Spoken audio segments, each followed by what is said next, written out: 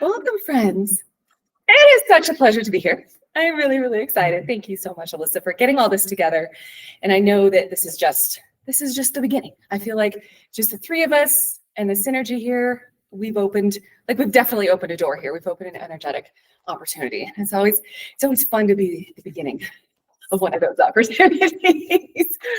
So my name is Michelle Coombs. My company is True You Human Design, branding, marketing, strategy, and sales for people, entrepreneurs and small business owners who are the face of their business and want to make more money.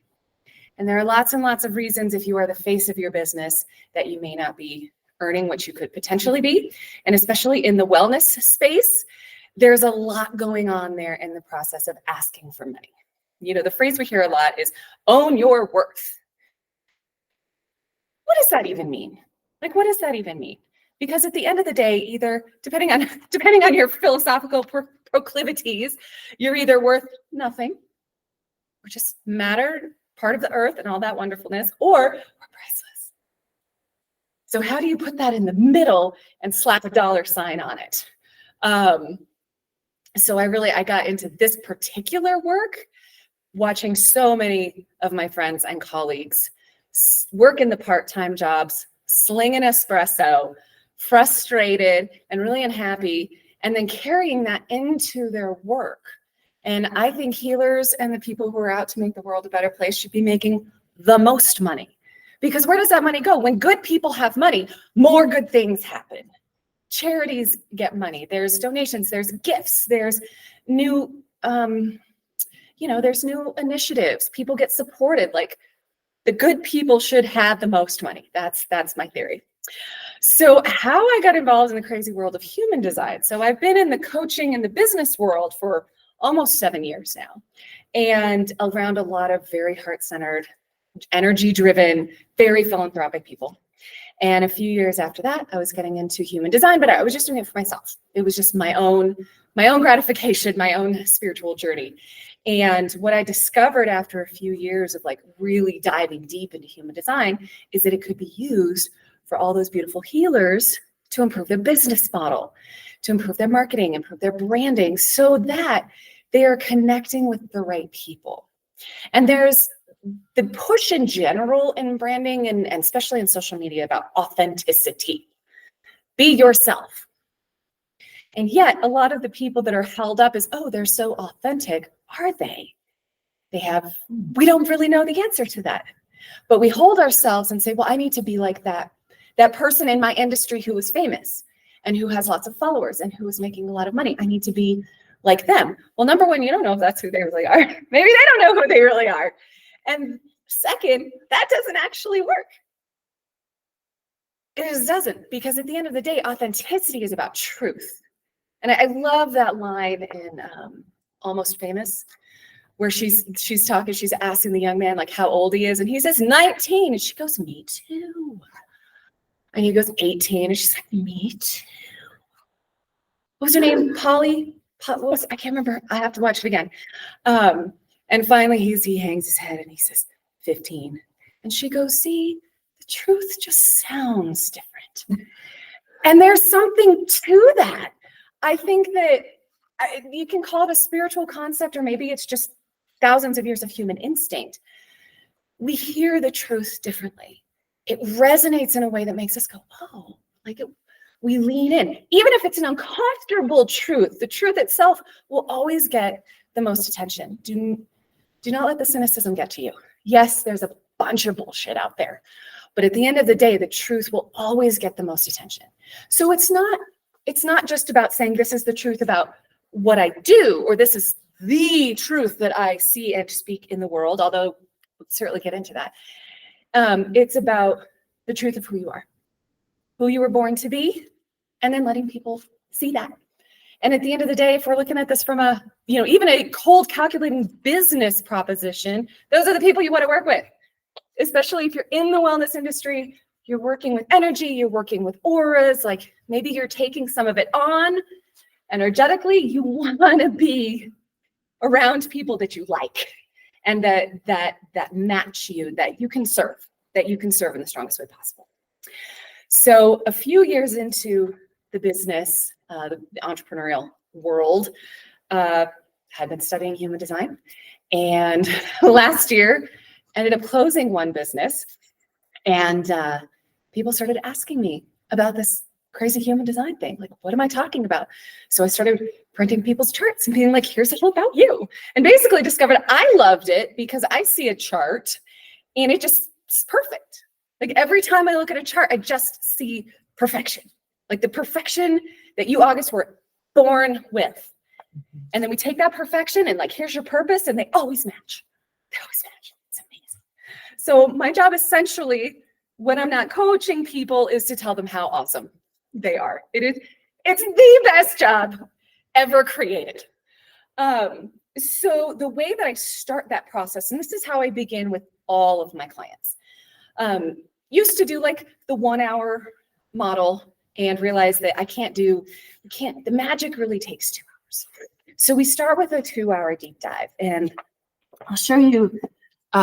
So the first thing we look at is your personality sun. So this little guy right there. This is your brand, plain and simple. If you're into the gene keys, this is called your life's work. This is about 70% of the energy that other people feel from you. This is your first impression. This is what, from an energetics, I'm just gonna say the word aura a lot. So when you're in someone's aura, this is what their aura feels from yours. This is what they think of you before you've even opened your mouth. So if you can really identify and distill what that specific vibration is, give it a name and really embody it, and then filter that kind of language into your marketing and your messaging, then you have a brand that is, what's our favorite A word today? Authentic. So, prize for Alyssa. So people, it starts the conversation off a conversation with anyone, a client, a stranger, a coworker. They leave after interacting with you going, oh, that was really refreshing. And then if you're talking about marketing, they start interacting with your content. They read your ebook, they go to your blog, they go to your website, they follow you on social media, and you are exactly who they expect you to be because you've opened the conversation with the truth of who you are. And it gets to that know, like, and trust very, very quickly. And what I like on the side of us as the practitioners is that we can show up every day just like who we are. And that one little number, that one little number can change a lot of things for people because it shines a spotlight on where we are being true and where we're not being true. And sometimes that's where the work begins. You know, we have this answer and it's like, okay, how am I not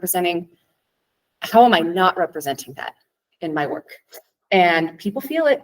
People feel if they're static or if there's interference, if you're hiding, if you're trying to be someone that you're not, even if you have the best of intentions, people will notice that. And then you don't get as many clients. So that's your brand. The next thing we look at is your personality, Venus. Excuse me, we go on to Venus next. So this is Venus, and this is your ideal client. It is your ideal client and the problem that you solve for them. So Venus is all about relationships, all relationships across our whole life. This is literally the life lesson that we chose to learn with other people. This is the thing that, because there's life lessons, and then there's life lessons you have to learn in community. You have to learn them in interaction with other people. So when you can identify that Venus, it tells you what your values are when you're interacting with others. And it tells you where that other person, so picture you and your client, even you and a stranger, you and a potential client, you're in a relationship. This relationship is opened, it's energetic.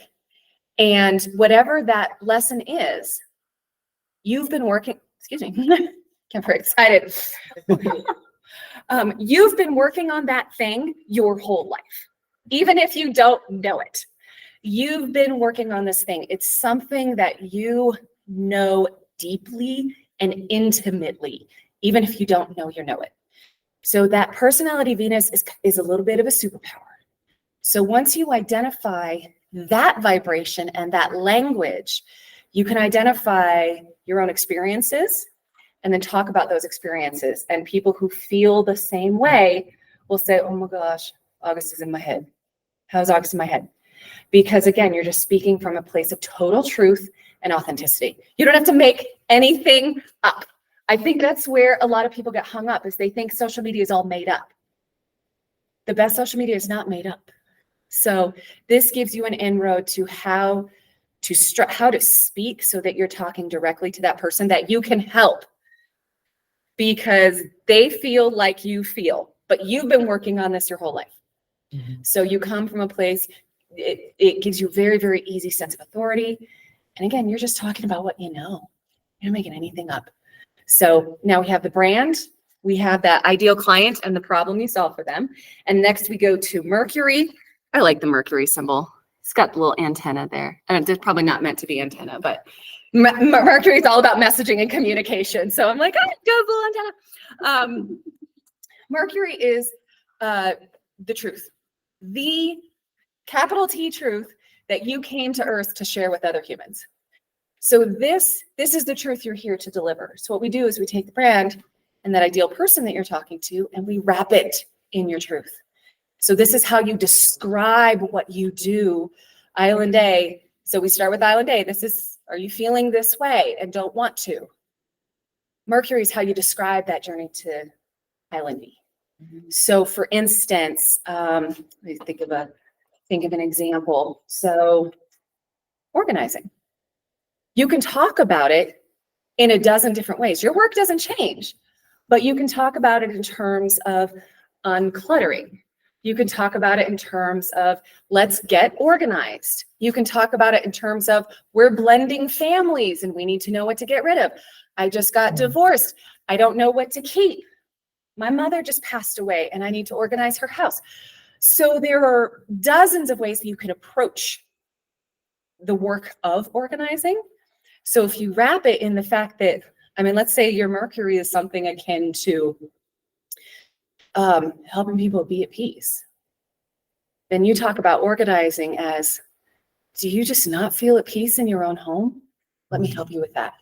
It's my mission to do so, and I do it through the medium of organizing.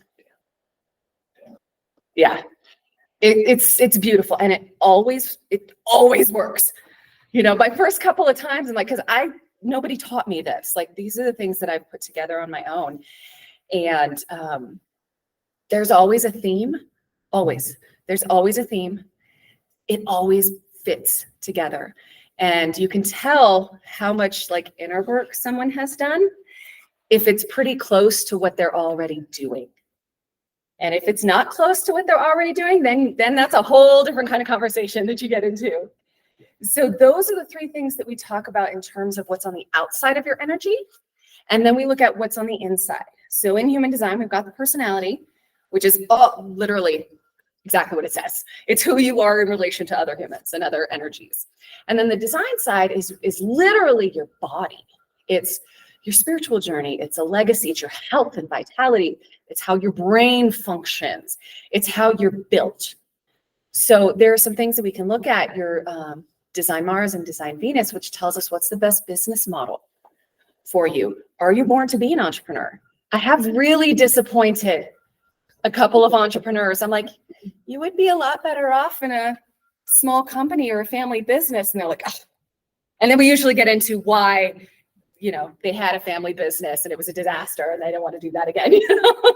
But that doesn't mean they won't thrive there. Some people, the exchanges of energy, so much about human design is the exchanges of energy. And some people are just designed to interact more. So after we talk about the messaging and the marketing, we get to that really important point where is your business healthy for you? Are you functioning in a way that is not wearing your body down? Are you honoring your own system and your own energy? And in this really urgency, you know, we were talking about sales, it's urgency. Everything is urgency, urgency, urgency, urgency. And basically we're all moving too fast. Even the generators with all their energy are still overwhelming their own capacity. And then you get into glorious manifestors and projectors and reflectors, And there's no keeping up with this pace. There's just not. So it's helpful to know that information. So if you start changing your business model, if you're starting something new, even if you're just changing your marketing strategy, are you doing it in a way that honors who you are? Let's build from that foundation so that 5 years from now, you still love your business and you're more successful instead of burnout. That's, I mean, that's kind of the end. Yeah. Right. That is the end of the road for the pace that many, many of us are keeping, especially in the entrepreneurial world, because we love to work. We love our work. It's why we're entrepreneurs. If we didn't love to work, we'd go work for somebody else. You know, it's way easier working for other people. So, I mean, that's what we would do if that's what we wanted. So especially in this community, almost everyone that I have worked with, we've started with and how are we going to reduce the number of hours that you're working in this beautiful business? Let's strategize for that first. So that at the end of the 2 hours, we've created this really coherent picture of what your ideal business looks like. How are you built to work? What are you built to communicate? What is the truth that you're here to share? And who are you here to help? And it always comes out so beautifully. It always comes out in a nice, coherent picture. So at the end of that, you can either go on with me and we talk about how to implement all of this information, because it's great to know. That's not enough to actually make a whole lot of change. So then we get more into the business and the marketing and the sales coaching and figure out how to actually apply this going forward. And some folks actually get to the end of that session and they're like, I just need some time to like take it all in and let it start washing through them and start getting a feel, because your energy does begin to shift almost immediately. Once you know the information, it opens a door. It opens a door of just honestly just like self-acceptance and communication with yourself.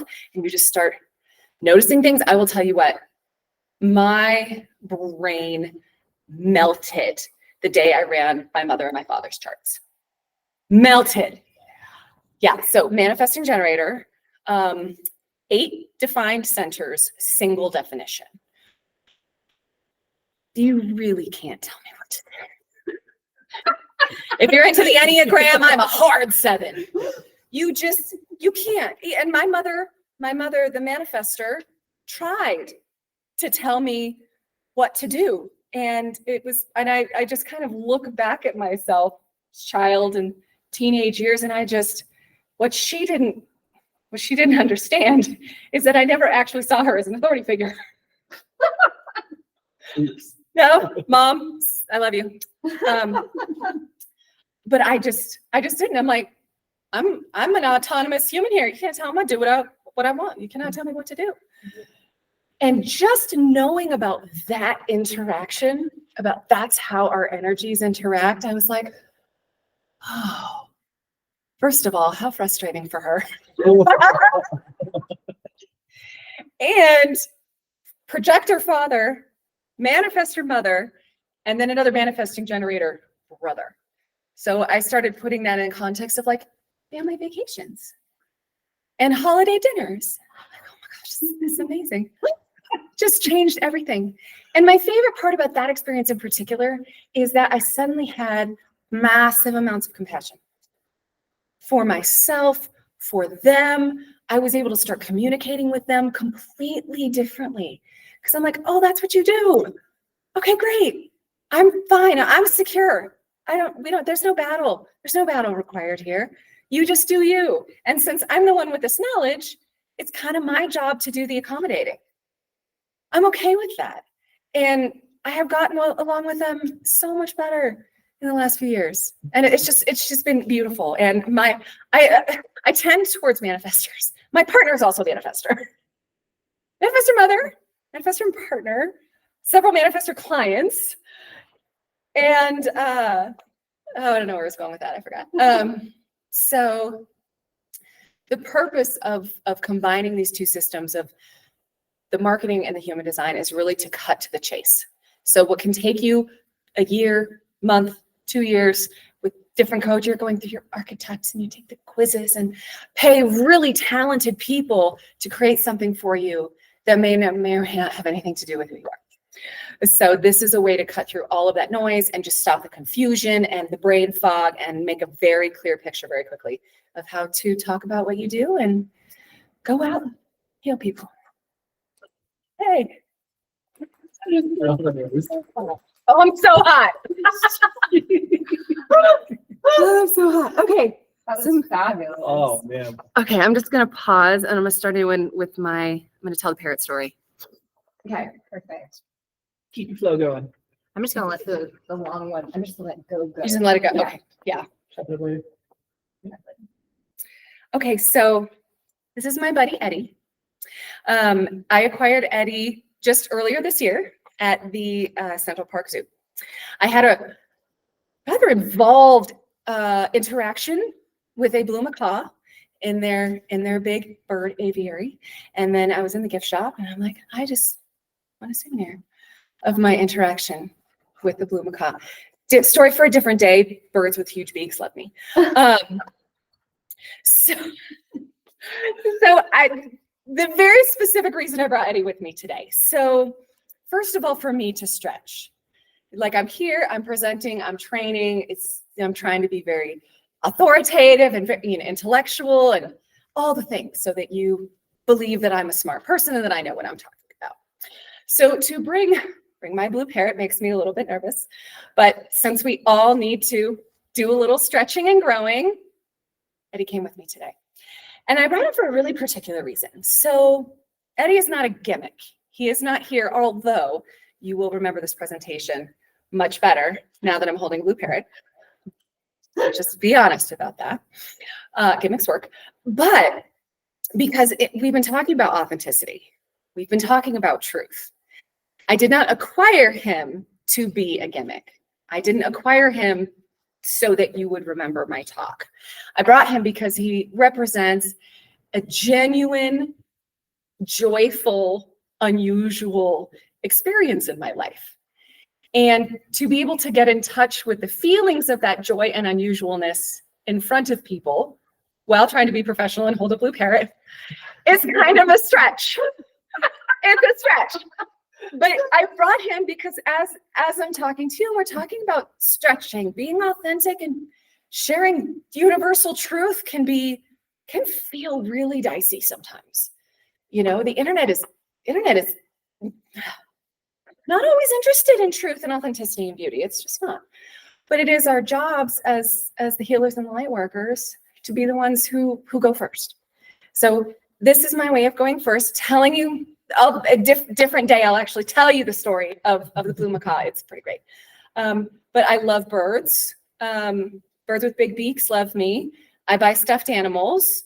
And this is a way of me being more authentic and being more open in a way that I hope feels very true to me. I'm a little embarrassed right now, but it feels good. Once you do it a couple times, you get better at it. And then people are like, oh, you're a real person.